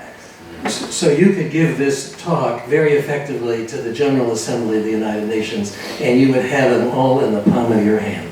Yes. Oh, just saying. I wouldn't change a word. No. Not a word. Imagine what they're thinking watching us now. So You know what my sister said? She's like, we're going to end up asking Germany to bail us out of this. It's like it's completely flopped. Thank you. So yes, and so what are you? When are you going to start walking to Texas? When are you leaving from Lexington, Massachusetts? I'm going to leave from Concord, yeah. Concord, okay. I went to pre-K and K in Concord. And when are you leaving? So I want to end up in front of the UN in New York on November 20th, which is the Universal Day of the Child. And I want to present not my Declaration of the Rights of the Child, because one of those already exists, but something like that, right? And I think I want to start in Mass because I grew up there. So probably going to be a couple weeks to get down from Concord. So I don't know, unless I walk every day. So I'd say sometime early November, I would do it. You'll be leaving. Yeah, I'd be leaving and then I'd work my way down through and do New York, New Jersey, Pennsylvania. I mean, if you look at the big 3 ways to go across the country, you're going to go through Pennsylvania. So of course, conveniently, well, one homestay. But I don't know if there's a network, but I think I could do a lot worse than reaching out to the Quaker community, even though I don't have Quaker cred, right? I can't say I was born into the thing, saying, can I sleep on your couch? We'll loan you some Quaker cred. I think I have to agree with Arthur on that. And all of the above ditto. Right. Simon, did I see your hand? Simon. Thank you so much. Well, thanks for coming. I know you have a lot to do when you're tired. Everyone says like they're tired and they might come, but you came. Oh yeah. Yeah. So many things I could say. And just a really, really big thank you. It's really inspiring to see you dive into the vulnerability and go those places with courage. So many beautiful places. Yeah, I would really love to walk with you, at least for some portion of the journey. So I'm into it. What I want to ask though is there was one line that I would change. Oh yeah, let's hear it. So I have a bit of a challenge. And I'm not going to be able to quote you directly, but it was the line where you said, basically, a blanket statement in human history, no humans have ever lived in an ecosystem. Oh, they've ever successfully managed a complex ecosystem. Right. And so that blanket statement rubbed me weird. Maybe I'm wrong, but I can't think of one. Can you? One of the things that jumps out at me is, would you, from your time with the folks from the Noisy Water people, would that not seem like a group who was able to live in successfully and manage an ecosystem, a complex ecosystem, without screwing it up? I hear what you're saying. So yes, they absolutely were living in harmony with the ecosystem. I don't feel like they were managing it. So when I say managing, I mean like intervening and doing stuff. Like, it's cool, we'll manage the salmon runs, but we're building a dam. So I need to find clearer language. Do you have any ideas how I could re-language it? Michael does. Just saying that you said intervene and manage, and I had the sense that it was like coming to something that you didn't understand by living in it, swimming in it, the way you're swimming in the river and you're part of the river, and recognize that there's no separation. Yeah. But, so that intervention automatically, to me, brought separation as an element. And when you're finished, would you pass that back to Michael?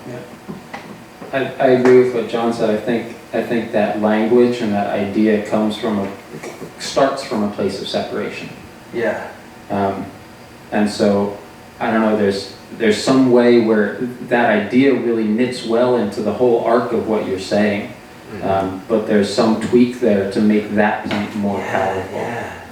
Thank you for seeing that. Yeah. Yeah, and there's a part of it would be speaking to the people that have found a way to all. Right. And so my other idea, and then I'll pass it to Michael, is, so there are so many Indian boarding schools across this country, including in Pennsylvania, and at least Carlisle, which was the biggest one in Pennsylvania, is definitely out of your path trajectory. But I'm just wondering, how many boarding schools are there along your path trajectory, and what would it mean to visit those as a part of the healing journey? Yeah. And what would it mean to visit with the people whose ancestors were at those boarding schools, or the people who themselves are still alive and who are at those boarding schools, and collect those stories as you go along and speak their names? That's great. Yeah, I mean, no big deal to change the route. Well, I think that's a great idea, and I like, just that it's historically, this isn't the first time. yeah. In many ways, this country was founded on what we are doing right now. Right, I mean, I guess interning the Japanese citizens in 42 and through World War II, again, legal, but that's it. Thank you for that. I think that's a wonderful idea to be. We have some resources that could help you out on that. Well, I'm really excited for you, and thank you so much for being here. I'm excited to stay connected. So at least through town then, when I come through. Oh, for sure. All right. But hopefully, once you get your plans more ironed out, I've got vacation days thanks to Pendle Hill. So you should just start holding rocks over your head like Lloyd, hold me accountable. Mike. Thank you so much, Christopher. I'm looking forward to some follow-up conversation about a whole bunch of stuff, but definitely differentiating between living in right relationship with and management, which is so often tied to, the idea of extracting profit from, and it's a short-term mindset, as if we know all the component parts and can control it. So I think in that sense, I align with what you were saying, and I think you could clarify that distinction. So 2 quick questions. One is, and I guess the first is sort of also encouragement. I'm wondering if you could share a bit about how you might be exploring differentiating between the idea of career and sort of vocation, calling, ministry even, and I'd love to see you exploring that more and maybe diving in or swimming into that more. And then the next question was just, have you thought about the Delaware? And if so, let's talk. Lots of connections. Oh, wow. Yeah, a lot of good work to be done there.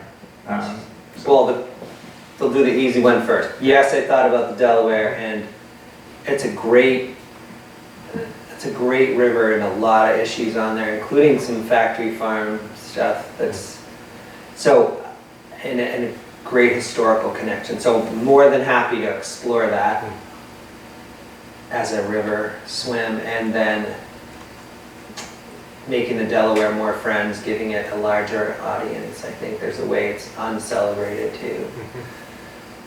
So I do have a calling. I identify it as a calling. I don't have the good. It was meaningful to me to hear people in May in Pendle Hill saying like the idea of feeling led to do something. That's what I feel like it is, something like that. And I'm lucky to have that. So the way I understand the call,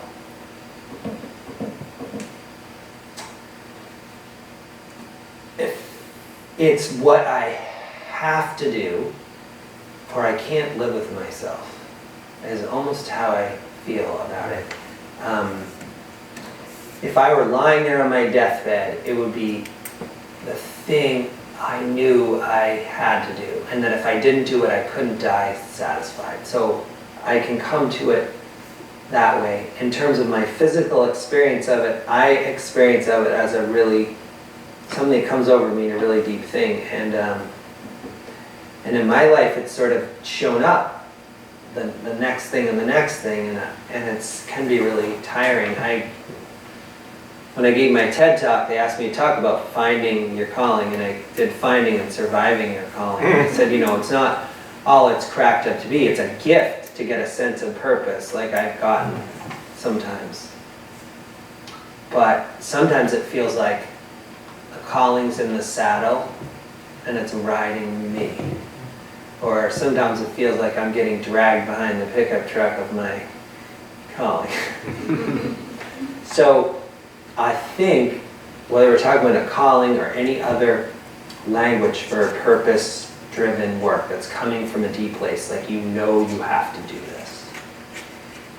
And this can show up anywhere. This could show up as raising a child. It could show up in any kind of work. You have that. I think it's important for me to own that it can be exhausting and it can be hard. And that has nothing to do with whether or not it's the calling. I don't think it should be easy. I think the times that I've been happy, and I'm wired, depressive, wired, Irish, bleak worldview, it's because I felt like my energies were going in a direction that something was going to happen for the good of all. Like I got past me, my stuff. Like someone else was on the throne. That really helped me be less miserable. So for me, I would say that needs to be part of it too. Like somehow,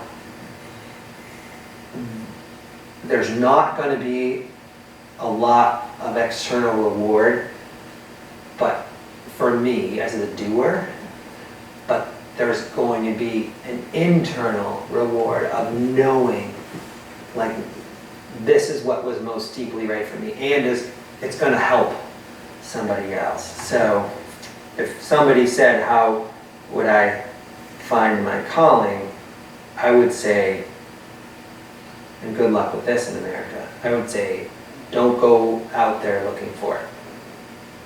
Go in there looking for it. Like you feel it in your cells. So if you're wondering whether something's your calling, it's not. You'll know.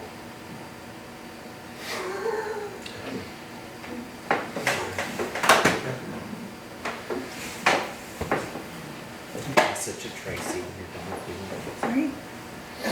I have kind of an obvious question, but I'm just really curious and I really want to ask it. Yeah. Related to fear of getting hurt. Yes.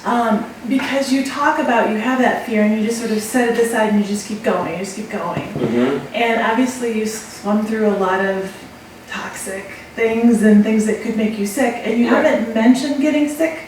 So I wondered if the fact that you just keep going through, you don't get sick, or are you just not talking about getting sick? Okay, good question. So there's three things I would speak to in there. One is, we do put a lot of energy into exposure control plans to figure out how I never get sick, but can tell the story about how you could get sick. So like on the Gowanus Canal, you see me in a dry suit all the way up to my neck, so no water. Like the Gowanus Canal exposure control plan was, don't get any water on your body, which just seems impossible if you're swimming, but we tried. So a dry suit all the way to here, everything else covered with water, barrier cream, goggles, earplugs, cap, gargle with hydrogen peroxide if you get water splashed in your mouth, eat activated charcoal tablets if you get water in you. So we have this whole plan. If you get sick, wait, culture it, pick the antibiotic after we know what it is. Because they cultured like live gonorrhea and the sewage there, like everything was bad. So no one knew what would happen. So we do that, but the second thing I would speak to is like the intention. I think probably it does help, and I'm sure there's physicists who are now going to come into line with this, but there's probably some remote effect of deciding, of seeing myself going all the way through this and not getting sick. That probably does have some effect. But have I gotten sick? Yes, more early on in the career. We started keeping track of it on the Columbia swim because it was my first long swim, and was working with so many schools, and teachers were always like, can you give us fun facts and numbers? And so I have some numbers. I got 7 ear infections on the Columbia swim. I got 4 respiratory infections. Some of those legitimately getting a cold because you're swimming in the winter in a river, like seems like normal that would happen. 3 different shoulder injuries. Twice I just got ragdolled and twisted in weird ways. One was just straight up overuse thing twice, and these were both from sewage discharge, neither of which I saw until I was in it. I got lymph nodes, kind of like when you have mono, that swell up here and here, here actually, to almost ping pong ball size under my skin. And then once I got on my, kind of like on my sides and flanks, I got this red dot rash from swimming through the not on purpose, but the outfall of the paper and pulp mill. It's from all the chlorine-based compounds like dioxins and furans and all. So I just broke out in a rash. And for years, when I would even go in a chlorine pool, a rash would come back, which is probably not good. So I have gotten sick. I think intention probably does matter. We do have exposure control plans. And it is a fear. Like, I put my fears aside, but I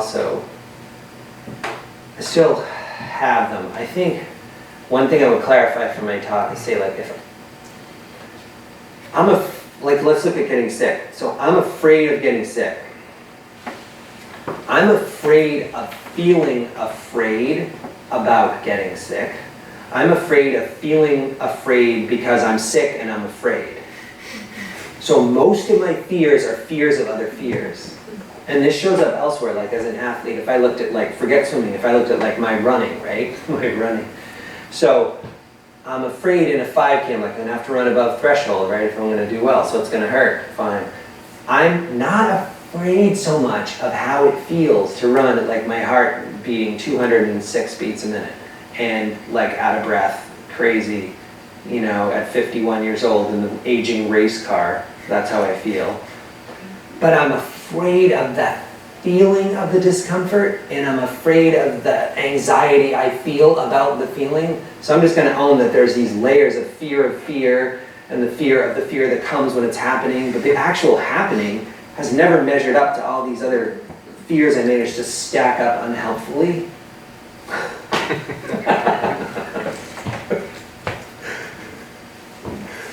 That does answer it. Trace. I'm not sure if I can answer the question. So in my journey as a Quaker, like the one technology I have to ask for and offer when I see someone being given something bigger than they could imagine ever being given, Yeah. is a whole bunch of people providing spiritual support. Like people like sharing the fear, diffusing the fear, saying, I'm just focusing on the fear part, but saying, yes, it's scary as hell, forget about it, just keep going. And you've faced a lot of that already, right? But it sounds like the internal spiritual, emotional stuff has been lonely and on your own. Yes. Has it? Yes. And yes, I'm in need of spirit support. And one of the coolest things I learned to me, I feel like an idiot because all of you know this your whole lives probably, but like just this idea that you make spiritual support available to people who are trying to do work. Like, what a great idea. So I come like straight up out of the WASP tradition. There's no freaking spiritual support. You know, that's not baked in. How about that? So I love my fellow WASP. It's not that. It's just like, we don't do that. So when I heard that idea, it was, wow, what a beautiful idea. I have been really lonely. Some of the loneliness I brought on myself by being scared as a man to expose myself as a spiritual person. I'm afraid people will judge me, ridicule me, deride me, not like me, not think I'm cool or strong or whatever. Who knows what. Because I say that I pray, or that I ask for help, or that I'm, having conversations with Nuestra Señora or whatever, like anybody wants to help, Like right now in my back pocket, because someone gave it to me as a joke, but the more I thought about it, it was good. This is St. Christopher, who's the patron saint of travelers and children. Wow. I know, huh? Weird. And, but I remember the story, the story, right? He carried baby Jesus across the rapids, right, through the river. And then, of course, it got, like as always, when you decide to cross the rapids, it turns out to be worse than you thought. Didn't look so bad, then it gets bad. But he made it, right? So I have a very, probably oddball spiritual life. Like I believe in a unified force field. I believe in gods, whatever it is. But I'm talking everybody, the saints, Mother Mary, anyone who can help, any expression of the infinite. But I don't want people to know that so much. And I realized, and you might understand this from like your experience in the Dominican, but like in Puerto Rico as a man, if I start to talk about, oh yeah, I'm praying, I'm talking to Nuestra Señora, I'm this and that, I don't know what to do, I'm asking saints for help. All the guys are like, well, yeah, I mean, you swim around the island, you need all the help you can get. You should be praying every day. Like, it's a normal thing. Like, of course you would.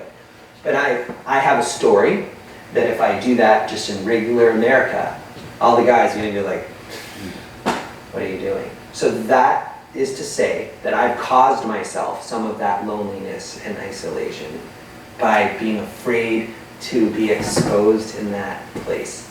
But some of it, the parts that I'm willing to do, yeah, it's so lonely. Totally. It's lonely to have a calling too. Like, or whatever that is. It's like, like there would be a support group for that, but it's like, all right, it's great. A sense of purpose is great. Like there's a part of me that's like, I feel such relief, like, okay, all right, this is a good place to make my offering. Like, I'm not going to wonder what I should be doing. But there's another part of me that's like, oh my God. Like I'm exhausted just thinking about it, and that part is lonely. And there's a lot of heat on my family and friends too. They're helpful, it's a lot. So I love support. And maybe the last thing I would say is, I sometimes am afraid to ask for help. And I feel less than when I ask sometimes for help. And I hate to admit this, but I bet it's true.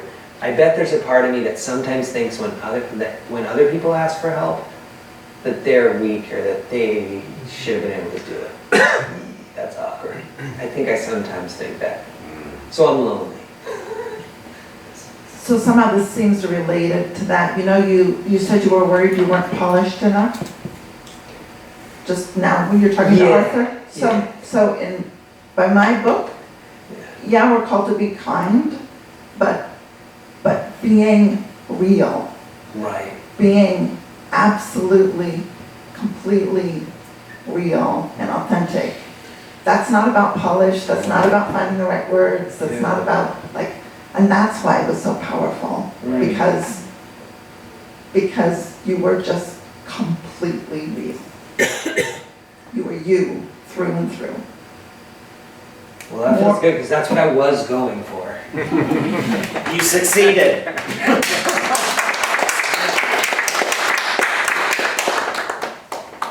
Thank you so very much. Thank you. Thank you all for staying late. I didn't keep my commitment to talk for the amount of time that I was supposed to talk. That's okay, we were riveted, so. It was a human commitment and you were committed to something greater. That's